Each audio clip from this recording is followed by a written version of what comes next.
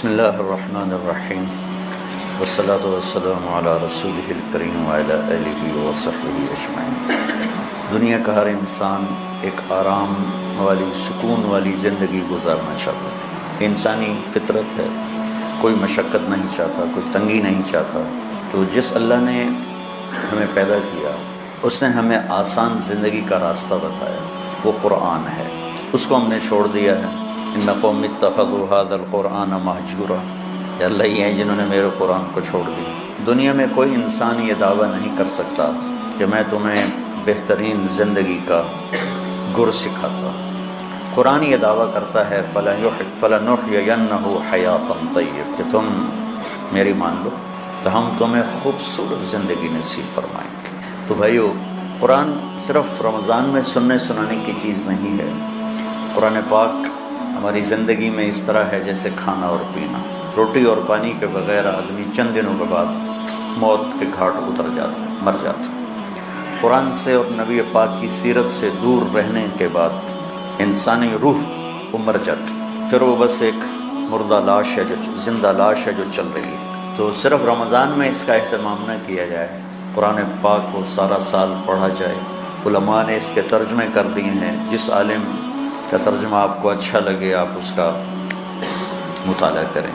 موجودہ اس وقت میں جو سب سے بہترین ترجمہ کیا ہے مفتی تقی صاحب دامت برکاتہ نے، آسان ترجمہ قرآن، وہ سب جو کہ باہر سے بھی لوگ آئے ہوئے ہیں، آپ پڑھا کریں، آپ کو بہت فائدہ ہوگا۔ سورہ بقرہ میں ایک چیز آج آپ کے شیخ صاحب نے یاد دلائی تھی، تو وہ مجھے خیال آیا کہ واقعی اس کو بیان کرنا چاہیے، وہ ہے آیت الکرسی، کہ اس میں اللہ کا تعارف ہے ایسے خوبصورت انداز میں۔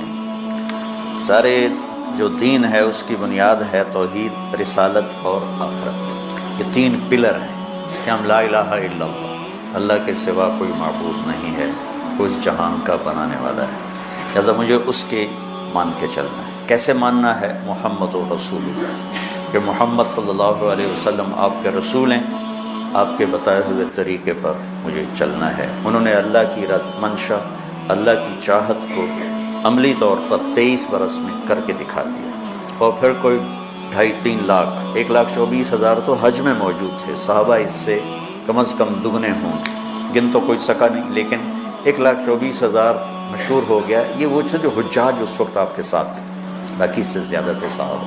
تو ایک جماعت اللہ تعالیٰ نے ایسی دی میرے نبی کو، جنہوں نے اپنے نبی کی زندگی کو اپنے اندر اتارا اور پوری دنیا کے سامنے ایسا نمونہ پیش کیا۔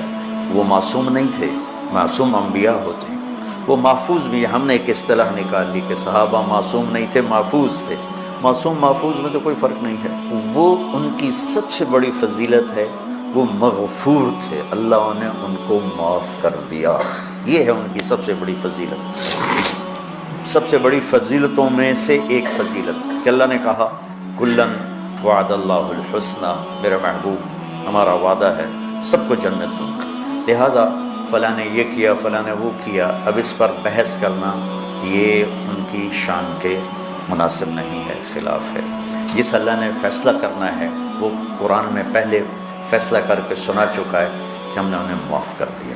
تو وہ اگر ہم ان کو محفوظ سمجھیں، بھائی تم اس طریقے پر کیوں نہیں چلتے ہو میرے نبی کا؟ وہ تو جی نبی تھے، ہم کہاں نبی کے طریقے پر چل سکتے؟ اچھا بھائی ان کے ساتھی ہیں، وہ تو جی محفوظ تھے، ہم کہاں اس کے طریقے پر چل سکتے ہیں؟ تو شیطان راستے بنا دے گا۔ وہ نہ معصوم تھے نہ محفوظ تھے، وہ ہماری طرح عام انسان تھے، لیکن ان کو نبی کی صحبت نے رنگ دیا، خطاؤں سے نہیں نکلے، لیکن اتنا اللہ اس کے رسول کو راضی کیا کہ اللہ نے کہا جاؤ سب معاف ہے، لا الہ الا اللہ۔ کیسے کرنا ہے؟ محمد رسول اللہ۔ اور اس پر پھر آگے ایک موت کے بعد زندگی آ رہی ہے، اس میں اللہ تعالیٰ نے کامیابی اور ناکامی کا دار و مدار وہ اسی کلمے پہ رکھا ہے، کہ جس کے پاس یہ کلمہ ہے اور اس کلمے کی ضروریات کو پورا کیا ہے وہ سیدھا جنت میں جائے گا، اور جس کے پاس یہ کلمہ ہے اور اس کی ضروریات کو پورا نہیں کیا اس کو جہنم میں جانا پڑے گا اللہ کے قانون کے مطابق، باقی جس کو چاہے معاف کر دیں۔ اور جس کے پاس کلمہ بھی نہیں ہے اس کے لیے پھر میرے اللہ کا قانون سب سے مختلف ہے۔ تو اللہ کا تعارف سارا قرآن، پہلے قرآن کی ابتدائی الحمدللہ رب العالمین سے ہے۔ اس آیت کو اعظم آیت کہا جاتا ہے، قرآن کی سب سے عظیم آیت۔ ایک جگہ مجھے پڑھا ہوا یاد آیا کہ ساری آسمانی کتابوں کا سردار سید القطب القرآن، قرآن ساری آسمانی کتابوں کا بادشاہ ہے، سردار ہے۔ وہ سید القرآن البقرہ، اور قرآن کی سردار سورہ بقرہ ہے۔ وہ سید البقرۃ آیت الکرسی، اور سورہ بقرہ کی سردار وہ آیت الکرسی ہے۔ اس کو اعظم آیا، سب سے عظیم، سب سے بڑی نہیں، سب سے بڑی آیت ہے اذا تداینتم بالدین، بڑی سورہ لمبی۔ اطول آیت وہ ہے یا ایھا الذین آمنوا اذا تداینتم بدین الی اجل مسمی فاکتبوہ۔ یہ ہے اعظم آیت، سب سے عظیم آیت۔ تھوڑا سا اس پہ ہم بات کریں گے، لیکن کچھ باتیں اور اسی کے ساتھ یاد آ گئی۔ اخوف آیا، قرآن میں سب سے زیادہ ڈرانے والی آیت، سب سے زیادہ ہلا دینے والی آیت ہے فَمَن يَعْمَلْ مِثْقَالَ ذَرَّةٍ خَيْرًا يَرَهُ وَمَن يَعْمَلْ مِثْقَالَ ذَرَّةٍ شَرًّا يَرَهُ۔ یہ قرآن کی سب سے دھمکی دینے والی آیت ہے، ڈرانے والی آیت ہے کہ ایک رائی کے برابر اچھائی کرو گے تو تول کے دکھا دوں گا، اور برائی کرو گے تو تول کے دکھا دوں گا، اور اس پر جزا ہے، اس پر سزا ہے۔ وَإِن كَانَ مِثْقَالَ حَبَّةٍ مِّنْ خَرْدَلٍ أَتَيْنَا بِهَا وَكَفَىٰ بِنَا حَاسِبِينَ۔ کہ ایک رائی کے برابر بھی کوئی چیز ہے جو نظر بھی نہیں آتی ہے، میں اس کو بھی تول کر تمہارے سامنے کر دوں گا۔ اور قرآن کی سب سے شدید آیت اشد آیت علی اہل النار، قرآن کی سب سے شدید آیت اہل جہنم کے لیے فذوقوا فلن نزیدکم الا عذابا۔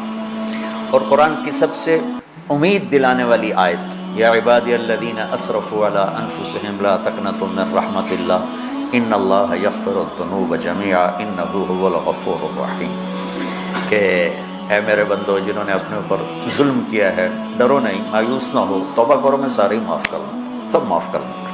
اور قرآن کی سب سے زیادہ عدل والی آیت، عدل کو ان اللہ یامر بالعدل والاحسان وایتاء ذی القربى وینہی عن الفحشاء والمنکر والبغی یعظکم لعلکم تذکرون۔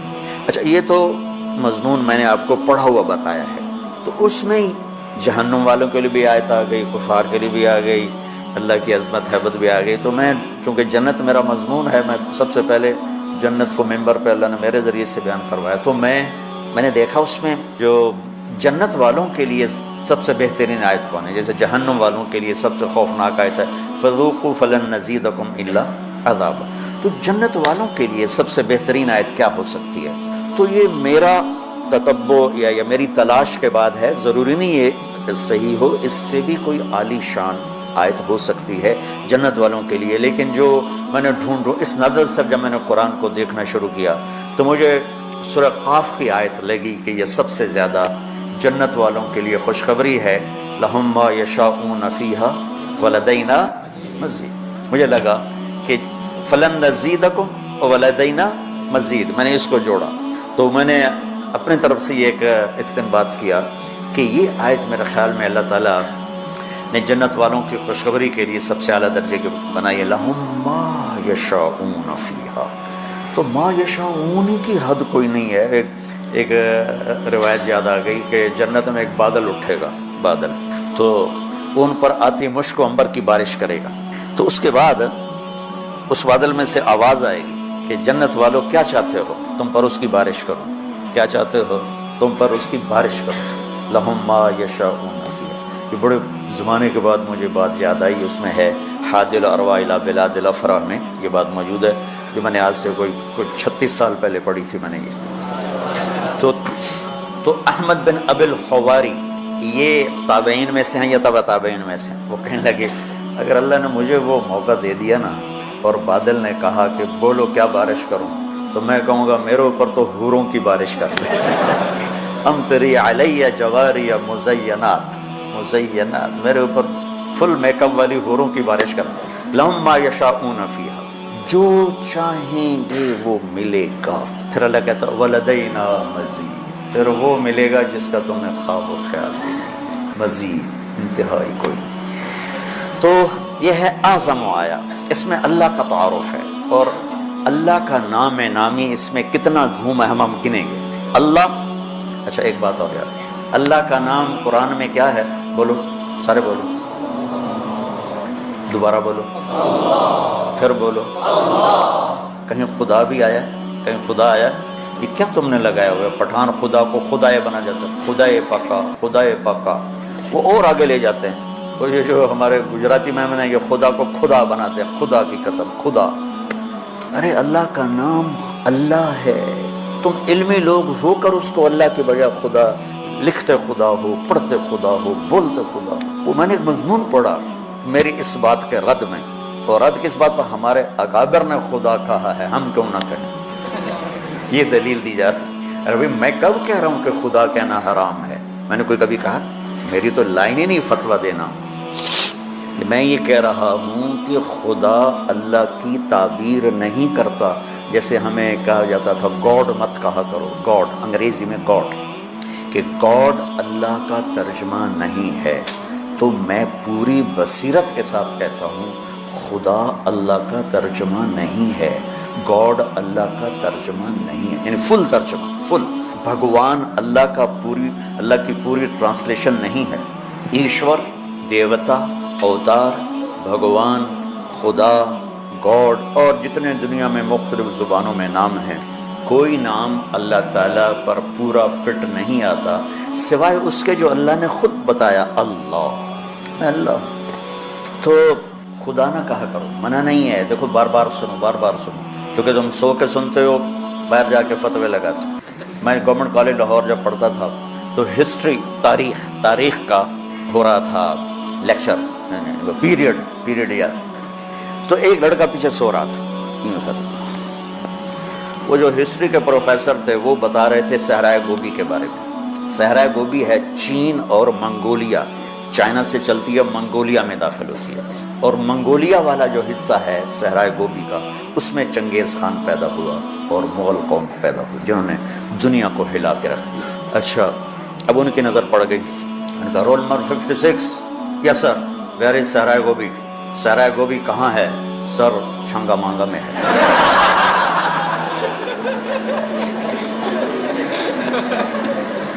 اس نے کہا دفع ہو جاؤ، ایک ہفتے کے لیے مجھے شکل نہ دکھانا۔ تو یا تم غافل بیٹھے ہوتے ہو یا سوئے ہوتے ہو اور میری بات کا بتنگڑ بنا دیتے ہو۔ خدا کہنا منع نہیں، بھگوان کہنا منع نہیں ہے، گاڈ کہنا منع نہیں ہے، ایشور کہنا ہر کی اپنی زبان ہے، لیکن اللہ کے سوا کوئی لفظ نہیں جو اس ذات کی پوری ترجمانی کر سکے۔ لہٰذا کم از کم تم بچے جو میرے پاس پڑھ رہے ہو یا جو سن رہے ہو یہاں بیٹھ کر یا اس کیمرے کے ذریعے سے، اللہ کو بولنا سیکھو۔ اللہ، لفظ اللہ میں خصوصیت ہے، جتنے حرف ہیں نا نقطے والے، با، تا، ثا، جیم، خا، زال، زا، شین، ضاد، ظا، غین، فے، قاف، نون، یہ جتنے نقطے والے حرف ہیں یہ کمزور ہیں اور بغیر نقطے والے طاقتور ہیں۔ اس کی ایک وجہ جو سب کو آسانی سے سمجھ میں آ جائے کہ نقطے والا جو حرف ہے وہ اپنا مطلب بیان کرنے کے لیے باہر سے ایک نقطے کا محتاج ہے، دو کا محتاج ہے، تین کا محتاج، اور جو بغیر نقطے والا حرف ہے وہ اپنا مطلب بتانے کے لیے کسی نقطے کا محتاج نہیں ہے۔ ٹھیک ہے، شین کو 3 نقطے چاہیے تب اپنا مطلب بتائے گی، اور سین کو کچھ نہیں چاہیے، وہ اپنا مطلب خود بتا دے گی۔ سمجھ میں آئے؟ لفظ اللہ میں کوئی نقطے والا حرف ہے، اللہ نے ان حرفوں سے اپنا نام چنا جس میں نقطہ نہیں۔ لفظ محمد کوئی نقطے والا حرف ہے، احمد کوئی نقطے والا حرف۔ اللہ کتنے حرف ہیں؟ 4۔ محمد کتنے حرف ہیں؟ 4۔ احمد کتنے حرف ہیں؟ 4۔ 4 کو 3 دفعہ جمع کرو تو بن گئے 12۔ تو جب اللہ نے کلمہ جوڑ کے دیا تو لا الہ الا اللہ بھی 12 حرف ہیں اور محمد رسول اللہ بھی 12 حرف ہیں۔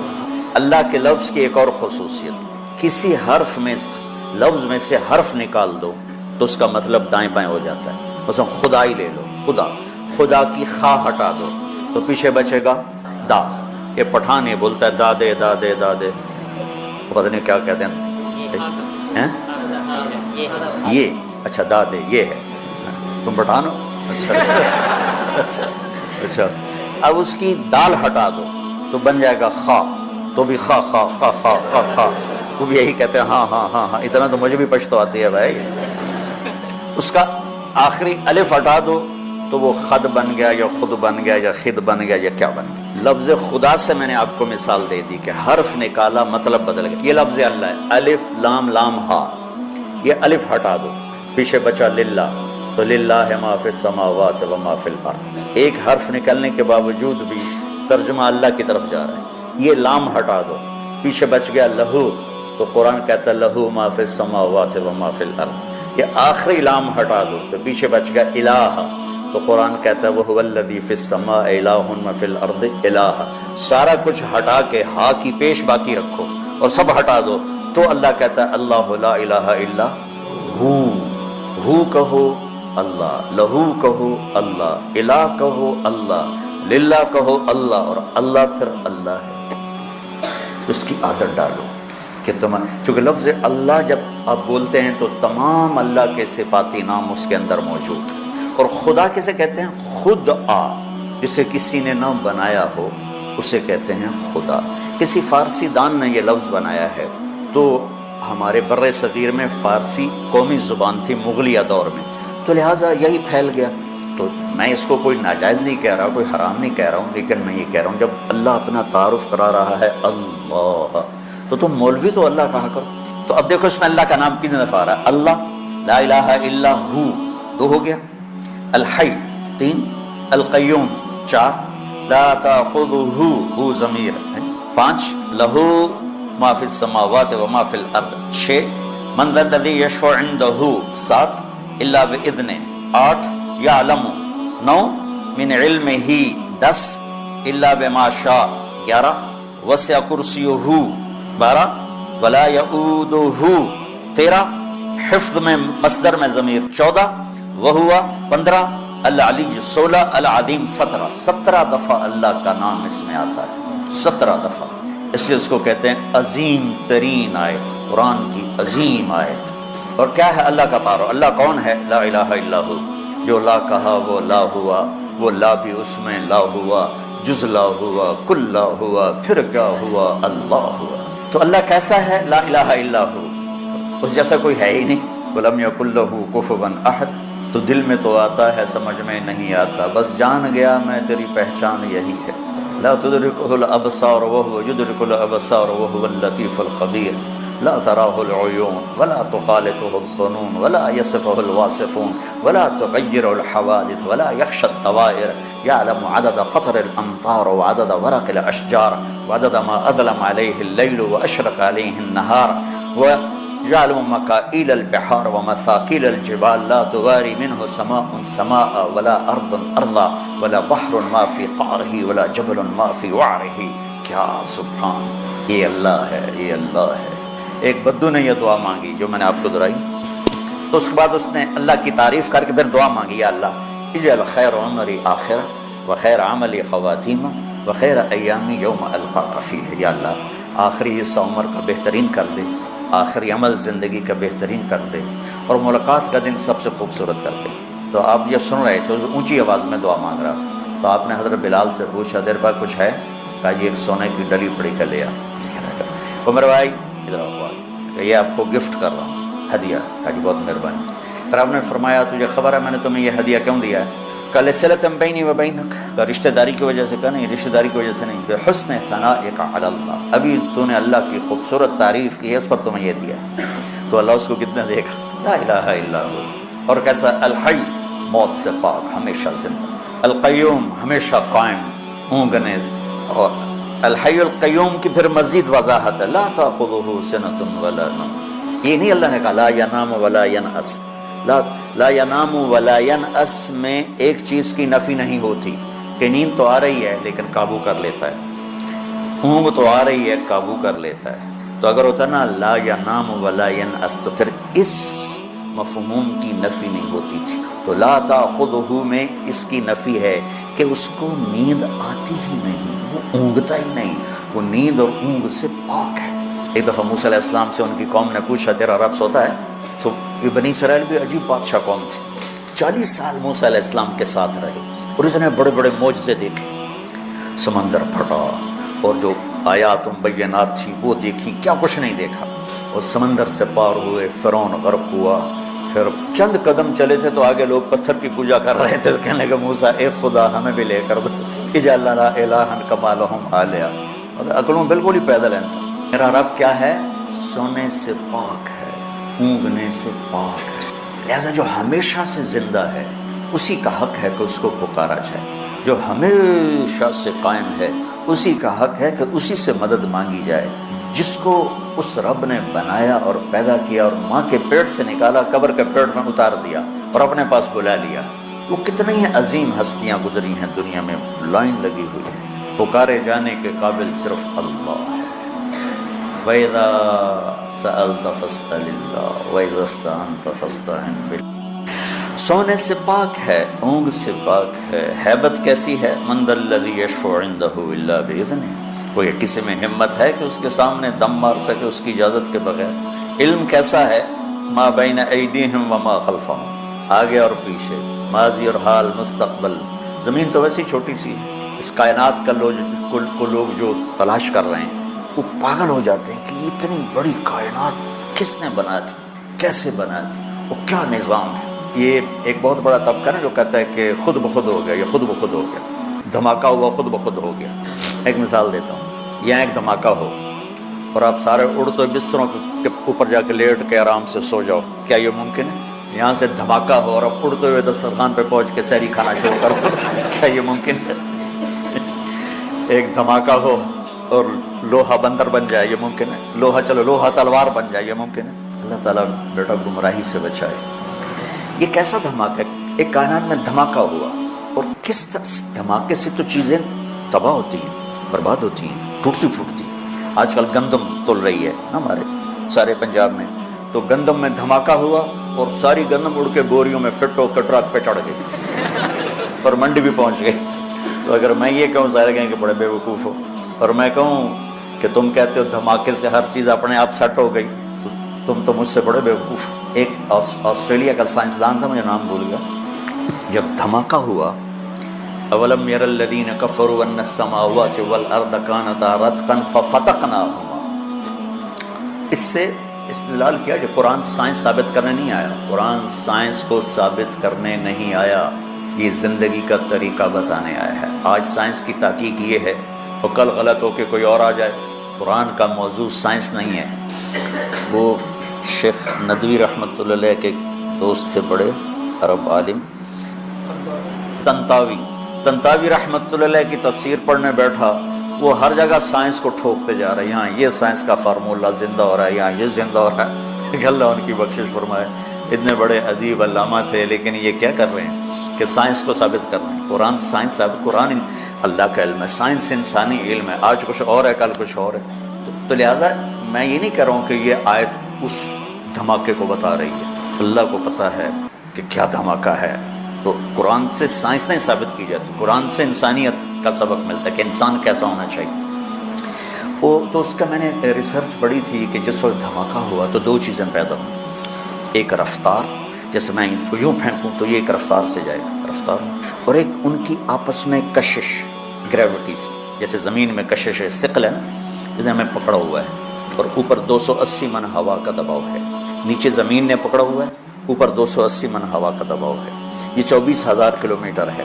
اگر یہ 48,000 کلومیٹر ہوتی تو اس کا جو تھا کشش وہ دگنی ہو جاتی۔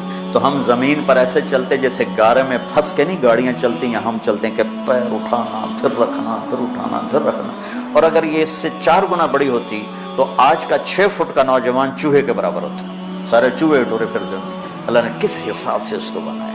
اوپر 280 من ہوا، نیچے زمین کی پکڑ، ہم یوں 2 پکڑوں کے اندر کھڑے ہوئے ہیں، اور ہم سب زمین پر الٹے لٹکے ہوئے، الٹے۔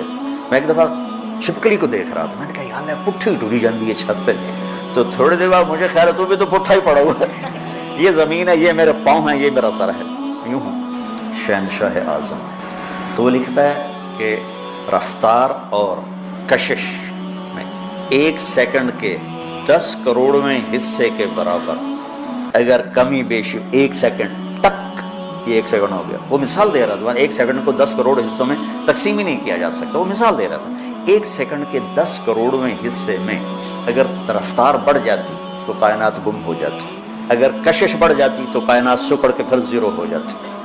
تو اس کو یہ خود ہی بن گئی، کیسے ہو سکتا ہے؟ ما بین ایدیہم وما خلفہم، کل کائنات اس کی۔ علامہ اقبال رحمۃ اللہ علیہ جیسا شاعر نہ عربوں میں دیکھا ہے نہ عجموں میں دیکھا ہے۔ وہ کہتے ہیں ہیچ چیزیں خود بخود چیزیں نشد، ہیچ آہن خنجرے تیغے نشد، ہیچ حلوائی نشد استاذ کار تا غلام شکر ریزے نشد، مولوی ہرگز نشد مولا روم تا غلام شمس تبریز نشد۔ وہ کہتے ہیں کوئی چیز خود بخود بھلا بن جاتی ہے، لوہا پڑے پڑے چھری بن جائے گا، ماں کے پیٹ سے کوئی حلوائی پیدا ہوتا ہے، وہ سیکھتا ہے۔ مولوی روم سے مولانا روم شمس تبریز کے ذریعے سے بنا، ایسے تھوڑا ہی بنا۔ مولانا روم تو فلسفی تھے، منطقی تھے۔ کمال بات ہے آج ہمارے دینی مدرسوں میں منطق پڑھائی جا رہی، سارے جہان کا جھوٹ اکٹھا کر کے۔ شکر ہے میں تمہیں نہیں پڑھاتا ہوں، کلو آبا کلو باجا کلو آجا، لا الہ۔ اور پھر بعض اتنے متعصب دیکھے کہ اس کے بغیر تو قرآن بھی سمجھ میں نہیں آتا، لا الہ الا اللہ۔ وہ فلسفی تھے، منطقی تھے۔ عجم پہ فلسفہ غالب تھا، عرب پہ قرآن غالب تھا۔ پھر عرب مغلوب ہوئے، عجم غالب ہوئے، تو پھر فلسفہ ہی سب کچھ بن گیا۔ فلسفہ رہ گیا تلقین غزالی نہ رہی، رہ گئی رسم اذاں روح بلالی نہ رہی، فلسفہ رہ گیا تلقین غزالی نہ رہی۔ تو یہ پڑھا رہے تھے مسجد میں، ان کی کتابوں کا ڈھیر سامنے رکھا ہوا تھا ہاؤس کے پاس۔ تو شمس تبریز آئے، دیہاتی شکل، گنوار جیسے تھے بدو، تو بڑے معصوم انداز میں مولانا روم سے پوچھا این چیست، وہ کتابیں تھیں، کہ یہ کیا ہے؟ تو انہوں نے دیکھا دیہاتی ہے، تو انہوں نے بڑے تکبر سے کہا این اس کہ تو نمی دانی، ارے پاگل یہ وہ جو تو نہیں جانتا۔ تو وہ ایک دم آگے بڑے کتابوں کو دھکا دیا، وہ ترتیب سے پڑھی تھی، یوں دھکا دیا ساری حوض میں جا گری۔ تو انہوں نے سو تیرا بیڑا بڑھ جاوے نام اور ادائے کی تھے، کوئی پریس تو تھا نہیں، جاؤ بھائی اردو بازار سے نہیں خرید کے لے آؤ، تو ہاتھ سے لکھا تھا۔ تو نے میری زندگی کی محنت برباد کر دی۔ تو وہ کھڑے ان کی گالیاں سنتے رہے، پھر حوض میں اترے اور ایک کی کتاب کو نکالیں خشک بالکل اور سامنے رکھا، اس یوں جھاڑے مٹی نکلو سامنے، ساری کتابیں خشک کی خشک نکال کے باہر۔ اب مولانا روم بولے این چیز یہ کیا ہے؟ تو اب تبریز بولے این اس کہ تو نمیدانی، یہ وہ جو تو نہیں جانتا ہے۔ مولوی ہرگز نشد مولا روم تا غلام شمس تبریز نشد۔ میں گیا ہوں ان کے دربار پر، حاضری دی تھی جب ترکی ہماری جماعت گئی، ہماری تشکیل نہیں تھی، پونیا، میں نے کہا میں نے جانا ہے مولانا روم۔ ہم نے پورا فلائٹ لی اور 8 گھنٹے فلائٹ لیٹ ہو گئی، جہاں وہ ایئرپورٹ پر بیٹھ بیٹھ ہماری تباہی پھر گئی۔ تو شمس تبریز بھی وہیں ہیں اور مولانا روم بھی وہیں ہیں، لیکن پھر نصیب اپنا اپنا ہے۔ شمس تبریز کے مزار پر چند لوگ تھے اور مولانا روم کے مزار پر میلہ لگا ہوا تھا۔ اور ایک عجیب بات بتاؤں، جتنے ہم مسلمان تھے اس سے زیادہ غیر مسلم تھے وہاں۔ تو یعلم ما بین ایدیہم وما خلفہم، سب اللہ کی تعریف ہو رہی۔ ولا یحیطون بشیء من علمہ الا بما شاء، جس سے جو ملتا ہے وہ اللہ کی طرف سے ملتا ہے۔ جڑ وما اوتیتم، وما بولو، وما تعلمتم، وما اکتسبتم، وما اوتیتم کس نے دیا؟ اللہ نے۔ آتیناہ رحمۃ من عندنا وعلمناہ من لدنا علما، وسع کرسیہ السماوات والارض، اس کی کرسی اتنی بڑی ہو کہ زمین آسمان پہ چھا جائے۔ ولا یعودہ حفظہما، اس سب نظام کو چلاتے ہوئے تھکتا نہیں۔ وہو العلی العظیم، کیا عظمتوں والا ہے۔ اس میں ایک اور خوبصورت جو نظم ہے اور خوبصورت جو ترتیب ہے اور خوبصورت جو آپس میں جوڑ ہے، وہ تھوڑا سا میں آپ کو، اللہ لا الہ الا هو الحی القیوم، یہاں ایک جملہ پورا ہو رہا ہے، اس کو نیچے لے جاؤ۔ وہو العلی العظیم، الحی القیوم، وہو ان کا آپس میں جوڑ نظر آتا ہے، الحی القیوم العلی العظیم۔ لا تاخذہ سنۃ ولا نوم، نہ اونگتا ہے نہ سوتا ہے۔